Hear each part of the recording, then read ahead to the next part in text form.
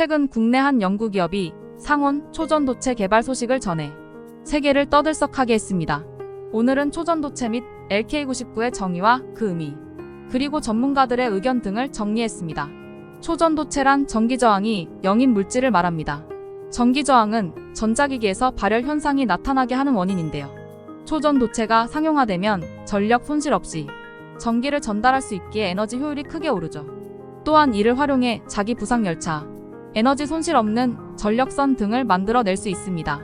다만 이전까지 초전도체는 제한된 환경에서만 이런 성질을 나타냈기 때문에 큰 주목을 받지 못했습니다. 초전도 현상이 영하 200도 이하, 100만 기압 이상의 초고압 상태에서만 나타났기 때문인데요. 이런 상황에서 지난달 22일 국내 연구기업인 퀀텀에너지 연구소가 논문 사전 공개 사이트 아카이브에 LK99 관련 논문을 게재하며 상온 초전도체를 개발했다고 주장했습니다. 새로운 결정 구조인 LK99가 물에 끓는 점을 넘는 약 127도씨에서 초전도 현상을 일으켰다는 것이죠. 다만 퀀텀의 LK99 발표 이후 학계의 반응은 회의적입니다. 우선 LK99가 다른 과학자들에 의해 검증된 적이 없다는 점이 문제점으로 꼽힙니다.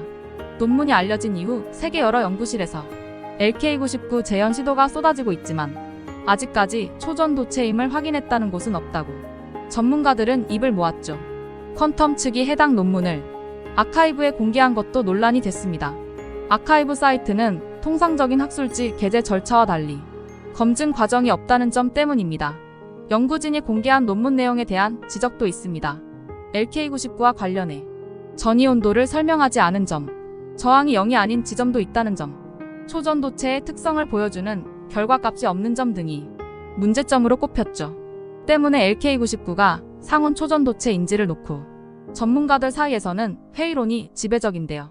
물론 세계 연구진들이 퀀텀의 논문을 토대로 LK99를 재현하는 과정에서 일부 샘플이 초전도체 특성을 부분적으로 띈 사례가 발견돼 가능성은 보여줬지만 상온에서 자기 부상 구현과 전기저항 제로 조건을 동시에 충족하는 LK99 샘플은 전 세계 그 누구도 아직 재현하지 못했습니다.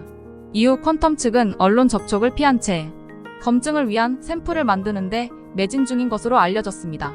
사이언스, 네이처 등 주요 학술지도 LK99의 초전도성을 입증할 수 있는 객관적인 근거가 부족하다며 부정적인 전망을 쏟아내는 상황에서 퀀텀이 이를 반전시킬 만한 카드를 내놓지 못한다면 발견이 아닌 가능성에 그칠 확률도 적지 않죠.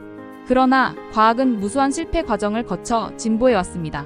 이번 발견이 단순 가능성에 그칠지라도 국내 기업이 촉발시킨 상온 초전도체 이슈는 전 세계 과학자들의 개발 경쟁을 가속화하기 충분하겠습니다. 이들의 연구가 모여 세상을 한 발자국 나아가게 만든다면 그것만으로도 의미 있는 일 아닐까요? 퀀텀의 발견이 전 세계 산업을 뒤흔들 게임 체인저가 될지, 진보를 위한 또 다른 발판이 될지는 좀 더 지켜봐야겠습니다. 토마토픽이었습니다.